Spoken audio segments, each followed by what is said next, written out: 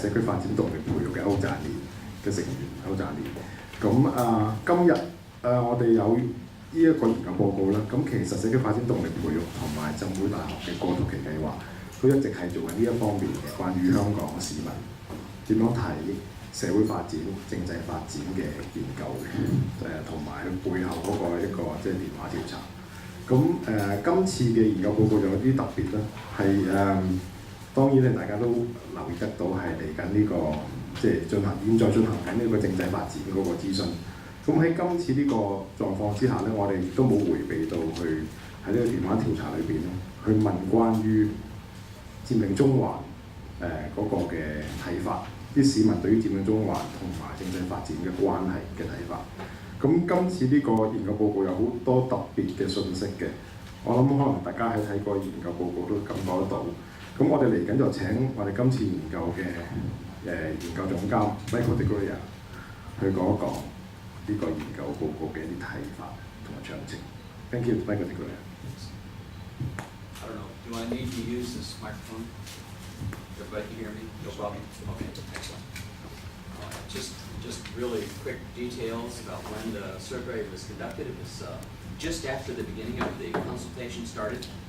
So we started the survey almost at the same time the consultation launched, just a few days after, and went until the 31st of December, right up to New Year's Eve. People were getting phone calls 8, 9 o'clock on New Year's Eve. And 1,007 permanent residents. These are people with 7 years residency at least, were born in Hong Kong. Okay, so we asked, this report just concentrates on a few questions. Questions of fairness, and then questions about how people would react if they feel that things are not representative for them. So the first question is focusing on Chief Secretary for Administration Carrie Lam's conduct of the consultation process. And as you can see, almost half, it's 47%, are withholding a decision at this point. Now, again, we were asking this question through the first several weeks of the consultation process. So even after it started, and as it was going along week by week, you can see that we had a very large portion of people who are still holding off on making a decision. So we don't go in with a majority of people saying, well, it's unfair already. We don't have a majority who say it's going to be fair. We have a very large proportion of people who are looking to see how things are going. There are some very interesting variations in response by age group. And this is where I think we get some of the most interesting results. As you can see, those folks under age 40 are very different from people over age 40. You can see that in the bar charts here. At 40 and above, a lot higher proportion of people saying that it's being somewhat fair. Okay, much lower proportion who say very unfair or unfair. Okay, the conduct of the consultation at this point. Under age 40, you can see that there's a very, very distinctly different response. So we clearly have an age difference. And this age difference is what really makes, I think, these results not only interesting, but also, I think, very, very important for everybody to be aware of. Okay? Because as you know, most people in government are not under age 40. Okay? Most people in government are well over age 40. Okay? And so the danger can be, and I think the danger is, that the folks in their late 50s and 60s who are running government, okay, if they only talk with other people their same age, they're going to get an entirely wrong idea about how society is responding at the younger ages. Okay, and this is a crucial point, I think, to pick up on. Right?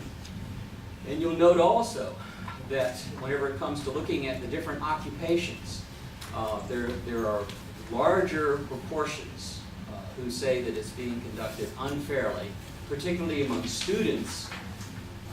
Okay, much larger proportions say unfairly among students than among those who say fairly. And then also what's really interesting to me, at least, is the split between the managers and administrators who are mostly business folks. Okay? Managers and administrators are mostly in business.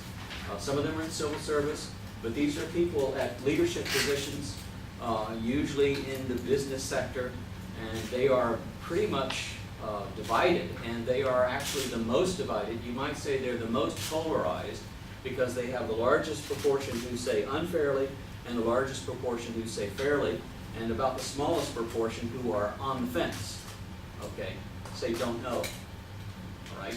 The managers and administrators, this is the group right here. You can see this portion of undecided is smaller than almost any of these other groups, smaller. So this is larger, this is larger. So this is what we mean by polarization, okay? So the business sector is polarized.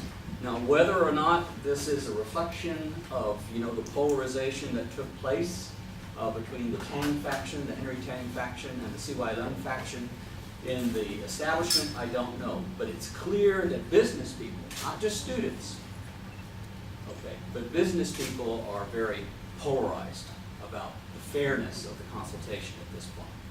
Right? In terms of income levels, also what's very interesting is you can see that the higher income levels, except for the folks making families between $70,000 and $999,000 a month,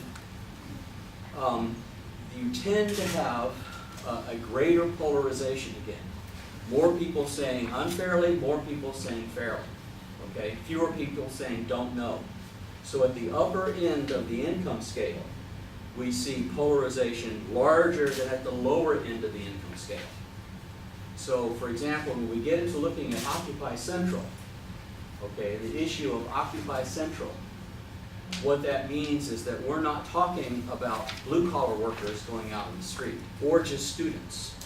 We're talking about people at higher levels of education and higher levels of income being more polarized over this issue.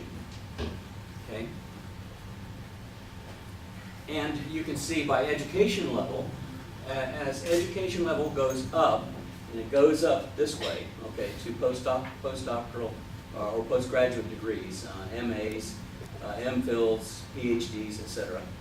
You can see that as education increases, the proportion of people who say unfairly already tends to increase. Okay? So again, we're not talking about blue-collar workers who are ill-educated coming out into the streets for Occupy Central. We're talking about the more educated folks seem to have a higher level of thinking that the consultation already at this point is being conducted unfairly. Okay.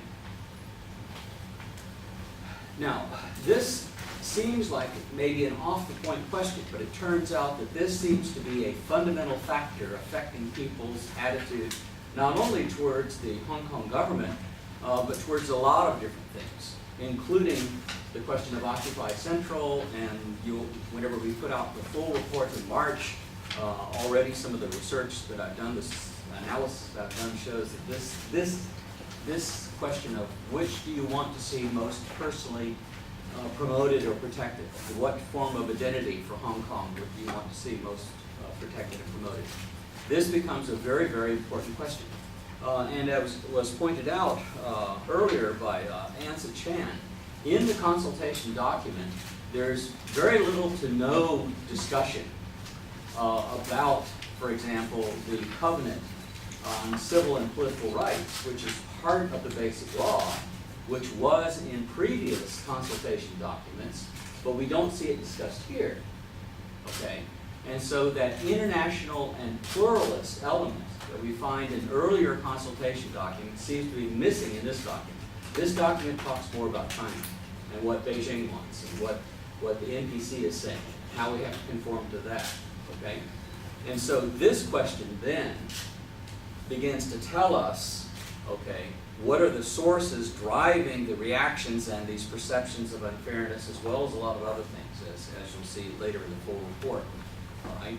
So you can see at this point when we ask people, which form of identity do you personally want to see protected and promoted? About 2/3 say Hong Kong's identity is pluralistic and international. Now this is over China's historical and cultural identity, And you can see just a tiny proportion of people saying China's identity is ruled by the CCP, the Chinese Communist Party. Okay. And so this, I think, is a key element here. And this is probably the first fundamental error the CY Lam government has made, is they are appealing only to the folks in red and yellow, and they are making the 2/3 that are blue uneasy about the tone. Not the content yet, but just the tone, okay, already raises suspicions and concerns. And you can see that it varies terrifically by age. Those folks, again, under age 40, have a much higher level of supporting pluralism and international identity of Hong Kong than older folks. Okay? So again, we have the same problem with the government. Government people in their 50s and 60s having an entirely different attitude towards the nature of Hong Kong itself. Okay? And this becomes very important as we decide the way forward, of course.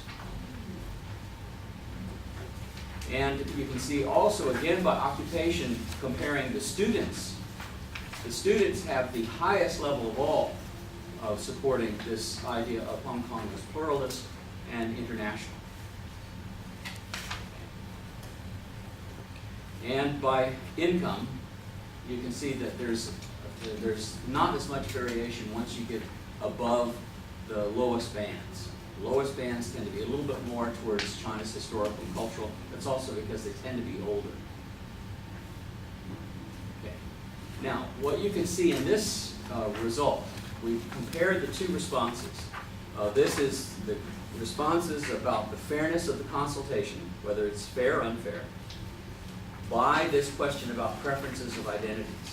And what you can see here is that the 2/3 who prefer Hong Kong's identity as pluralist and international are the most polarized. What you see, they have their almost equal-sized groups saying unfairly with groups saying fairly. Okay, the folks in the middle here. So those folks who say that they prefer to see Hong Kong's identity as pluralistic and international are themselves pretty divided, pretty polarized on this. And that's 2/3 of the people who responded to our survey. Other groups with different forms of identity, you can find that they're not as polarized. It is interesting, though, to see those who prefer Hong Kong's identity, China's identity is ruled by the CCP, that even some of them feel that the consultation is unfair, perhaps because they think it's going too far the other way. Again, this is a tiny proportion, just 4% of the survey.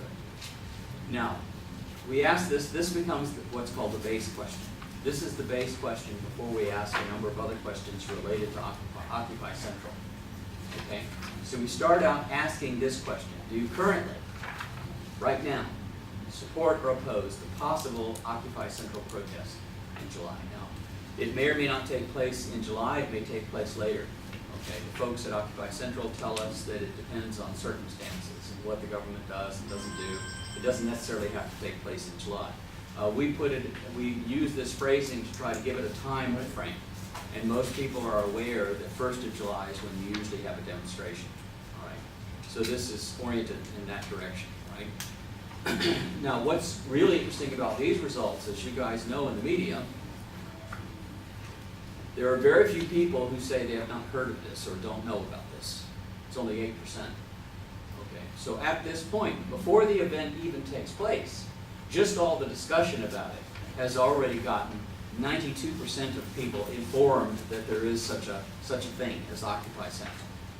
Okay, so this is an extraordinarily high level of attention to an event which has not happened yet. Okay, this is just plans. That's all they're talking about. Okay, this is an amazing thing. These guys should get a marketing degree. Just for getting this across. They've been amazingly effective in getting this news out. Okay? Now we take that 8% out and we redistribute. And of those who have a view, you can see we have a majority who oppose Occupy Central, 59%. and 41% who support it. That's under the present circumstances. Okay?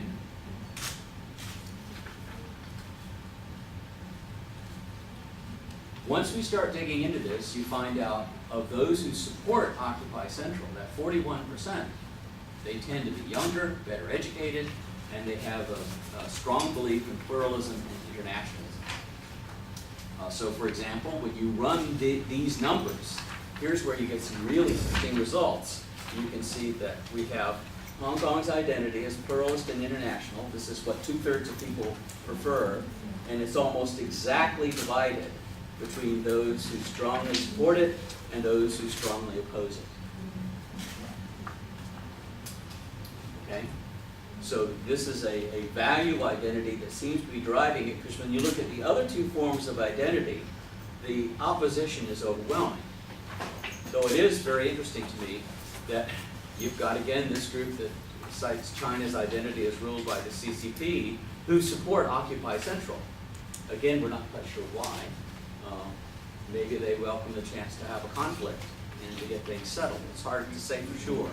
Okay, when people answer a survey, it's difficult to probe on the phone about why you get the responses you get. Okay, but this is certainly something that would be interesting to ask people in a focus group. When we look at this question of currently supporting or opposing Occupy Central, you can see that there is a strong majority of students who support Occupy Central. Okay. Almost 2/3 of students support Occupy Central. Now this is going to make it really tough for the Occupy Central people to keep it under control, because having worked with students for almost 30 years, students are difficult to control. Okay? Students tend to get a little more emotional about things. Okay? And they're not going to respond the same way as older folks do. Okay? So this is something that needs to be looked at with a great deal of caution, and I think also some concern. And what's also interesting is look at these other three groups: managers and administrators, which are mostly business people, professionals, and then also the educators put together, and then the associate professionals. These are folks that the government categorized as people who mostly have to have some sort of certification. They usually have to have some higher level of technical or other forms of education, postgraduate education. All right? And these three groups, you might say key groups to our economy, okay, because we have a service economy. We have an economy that's driven by knowledge workers. These are the categories of knowledge workers here. Students, managers, administrators, professionals, and educators, and associate professionals. These are the knowledge core of our society, not the blue-collar workers, not the service and sales and clerks. All right? So those folks tend to have a higher level of support for Occupy Central than these other groups. Again, you can see by age there is a huge difference now between those under 30 and those over 30. The break point is not at 40, it seems to be moving downscale. And we have clear majorities of people under 30 supporting Occupy Central. Almost a majority of people in their 30s. Okay. And after that, it starts dropping down. And by education level, you can see there is almost a direct rise in support for Occupy Central as education level goes up. Okay, so once again, these are key people. These are people who drive our economy, who are most in support of an action that is basically intended to shut our economy down. That's what Occupy Central intends to do. Okay? This becomes really important to understand, because believe me, they have the support of the people who could do it. Okay? If all the fishermen quit fishing, I don't think Hong Kong would notice very much. If all the accountants stopped accounting, I think we would notice pretty quickly. Okay? Everybody with me? The difference? So, next we ask a series of questions. Well, for example, what could the government do right to cut down these levels of support for Occupy Central? What might happen that they would do wrong that might push it even higher? Okay, so what are these possible moves that could be taken, right? So the first question we ask, would the following make you change your mind to support or oppose Occupy Central? Say the Hong Kong government finishes the consultation and they issue a report before the 1st of July. Again, we're trying to give them a date to have to make a decision by. Is to push them to think about, you know, this is coming soon, this has got a definite date, it's in the next few months, this could happen, what do we do? And what you see here is a large proportion of people stop supporting and shift toward saying don't know. So clearly what they're thinking is, well, it depends. You can see here, for example, we've dropped from 59% opposed and 41% in support. We've dropped to 53% opposed and 25% in support. Okay, so clearly it's very important what is in that report. Okay, so whoever is writing the report for the government needs to be extremely careful. All right, because you have a very large proportion of society who are waiting to make up their minds depending what's in the report. Now, what's also important and interesting is you have about 10%, 9% here who shift, becoming opposition, opposed, or supportive. And this is because, and we talked with some of the people while we were pre-testing this, and what's going on here is some people think that, well, you shouldn't support Occupy Central if the government at least is taking action, as long as it's doing something. And obviously, if it finishes the consultation and pushes out a report, it's responding very quickly. And other people said, obviously, if it pushes out a report this fast, it's already made up its mind. Okay, so we can't wait too long, and we can't move too fast. Okay, government has to be cautious about how quickly it comes out with these consultation documents. If it delays, people are going to see it as a delay. If it publishes it within a couple of weeks, people are going to say, well, how could you possibly go through all that data and analyze it fairly? Okay, so when the report is issued has an effect. Okay. So if government acts promptly, we see the support drops, opposed drops a little bit less, the don't knows increase. They want to see the details. So we ask the next question. What about if it issues a draft law? If it comes out with a white paper? Now that's really moving fast. Okay. But that's also putting very, very specific detail into what the government is proposing. This is not just a report on what the consultation says. This now is what the government wants to see happen. Okay, so this is the next level up. And you can see the don't knows actually increase in proportion. Now it really matters what's in that proposal. Okay? And you can see again the 59-41. We drop now to where the opposition drops below half. This is the only question where we see the opposition to Occupy Central drop below a majority. Okay? In other words, it seems also that coming out with a white paper with the actual laws before 1st of July is too fast. People feel like the fix is in for sure if that happens. Okay? Pretty clearly here. So, I think it really, there has to be deliberate move. Maybe even a second level of consultation in which the options are made clearer and there's kind of draft language to go in a law, but not quite a white paper. I'm not sure if there's an intermediate stage between this paper and the white paper, but perhaps something along those lines. Right, then we raise two scenarios. Okay, what if all the pan-democratic parties stick together and ask you to support Occupy Central? Now you'll notice the don't knows just disappear. They go from about 25, 27% up to only 5%. So people clearly are looking at the pan-democratic parties as a group to see what their decision is, what they're going to say. Okay? So if all of the pan-democratic parties together call people out to Occupy Central, you get some real big shift here. Now, again, you started off 59-41, and the shift goes back almost to where it was. And statistically, you could say it's where it was. Okay, where people stand right now before anything's even started. Okay? So if they unite, we see support rising from the 25-27% of the two previous questions, all the way up to 39%, with 5% that said they haven't made up their mind yet. So we could see that full 40, 41, 42, 43% coming out. Now, what happens if the pan-Democrats split? Now, this is not also theoretical. This actually happened last time, as you know. Okay? We saw a big split, and the Democratic Party really took it on the nose in 2012. So, if the radical Democratic parties only call for support of Occupy Central, how would you react? And there you can see the don't knows about the same size, 6% instead of 5%. Support drops a lot. Opposition rises a lot. Now remember, the original thing was 59-41. Now it becomes 63-31.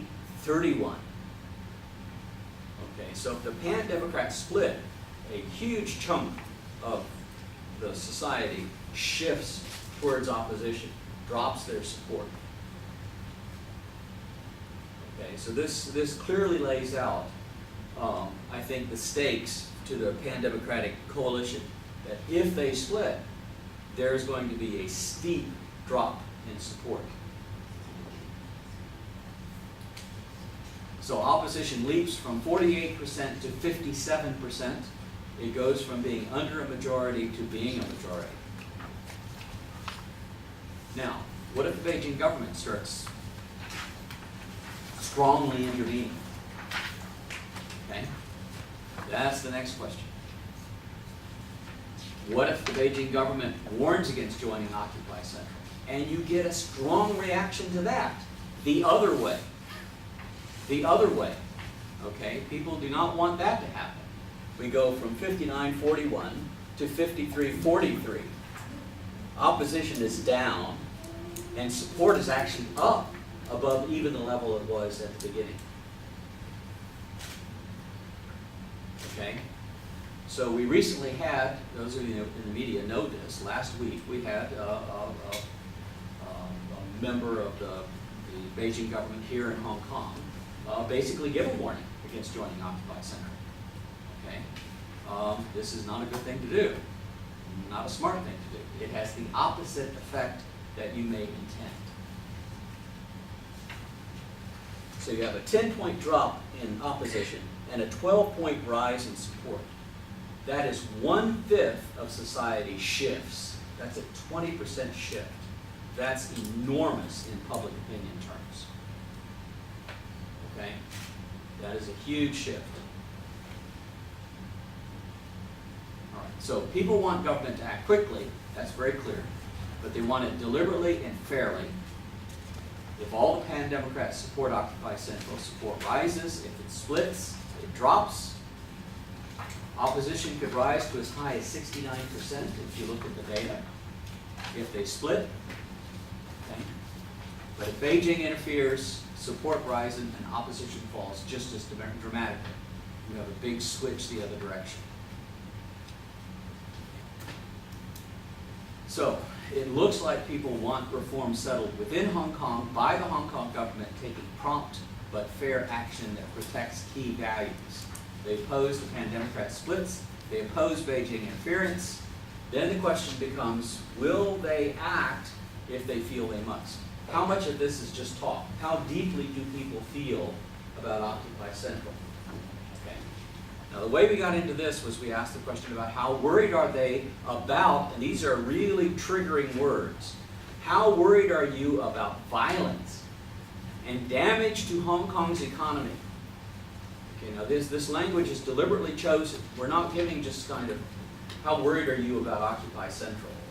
Okay, this is trying to put it into language that is explicit, that is like a warning language. Okay, if you join Occupy Central, you're going to experience violence and damage Hong Kong's economy. This is about as strongly worded as we could make it. Okay, to find out just how, if people realize what's going to happen, how do they respond? Now you notice that a majority say they're either very worried or somewhat worried. Those two levels. Not worried at all, 1 out of 5. Worried very little, about 1 out of 5.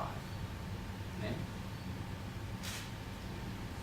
What's interesting is when you begin to break it down. Now this is very unusual results. I've asked questions about worry in Hong Kong since 1991, which unfortunately is probably longer than some of you folks have been alive. And almost every case, about anything we ask, when we ask people about how worried they are about something, whatever it is, women tend to worry more than men. Now, I'm not being sexist here. I'm being statistically accurate. This is the first time that I can even remember in decades of asking questions about worry about various things that more men are worried than women. This gets my antenna up. Okay? This is interesting. This is surprising. This may be concerning.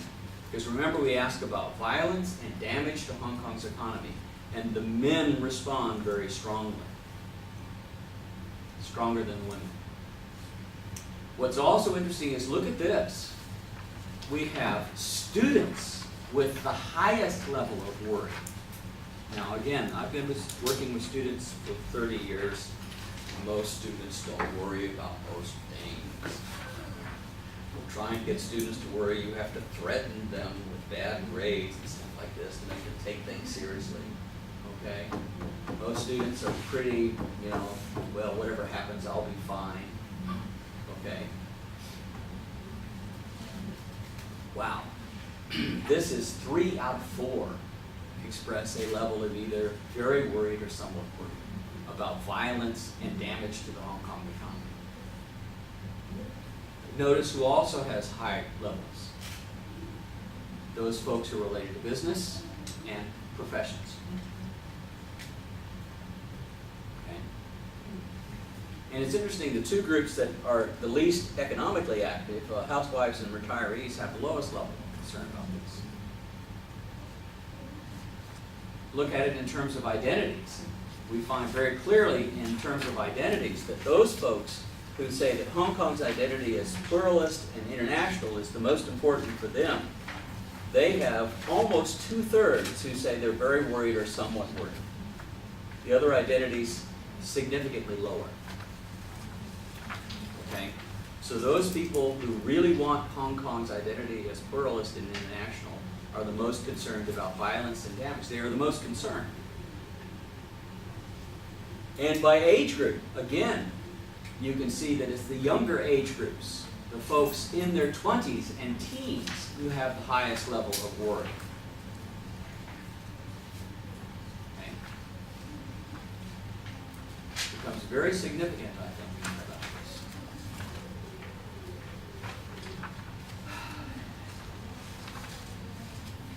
And this is I think the real bottom line question. This is where we compare the one question about support or oppose Occupy Central with this question about worry. And you can see that even those who are the most strongly support, and they have the very highest level of worry, even though they're worried about violence, they strongly support Occupy Central. Okay, now as a social scientist who looks at volatility, and if you saw these figures in other countries, effectively this is an indicator that even though people are afraid of what might happen, they are determined to do something if they feel driven that they must do so. Okay, this is a clear indicator that people are determined to confront if they do not feel that their values have been protected. Okay, this is not just talk.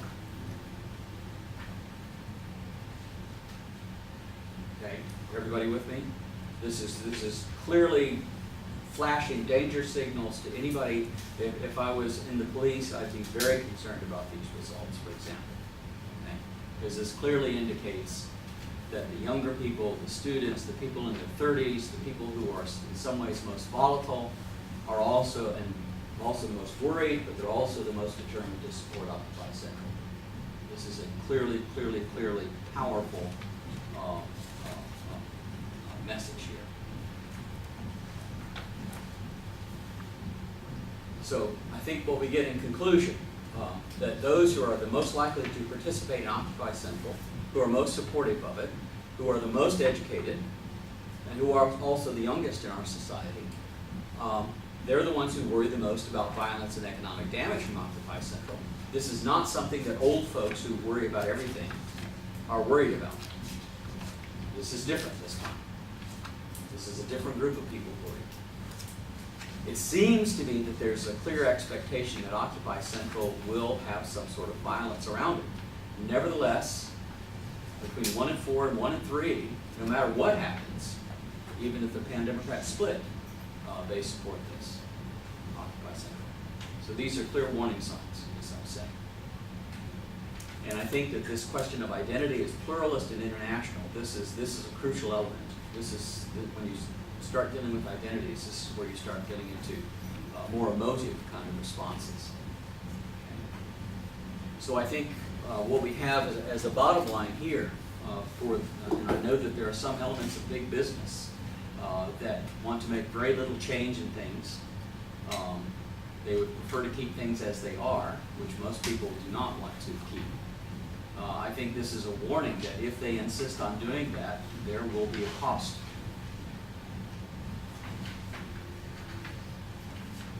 And it seems as though the folks who are determined to bring it home to business and central, big business and central, and government who are located in central, they seem to be pretty grimly determined to do this despite whatever happens. Okay. So the bottom line, I think, at the beginning of the consultation process here, this first survey at the beginning of the consultation period indicates that there's clearly been a misstep by the government. They left out this element talking about pluralism and internationalism, covenant on civil and political rights. There's not a lot of reference, any reference in here in detail, though that's part of our basic law too. They don't mention that. No discussion about China being a member of the United Nations and the United Nations having a committee that has clearly indicated what the meaning of standing for election is and what universal suffrage means. All right, they're not just left up to countries to define. It's there. That element has been neglected already, and that has raised some concerns in people's minds. Okay, so that's it.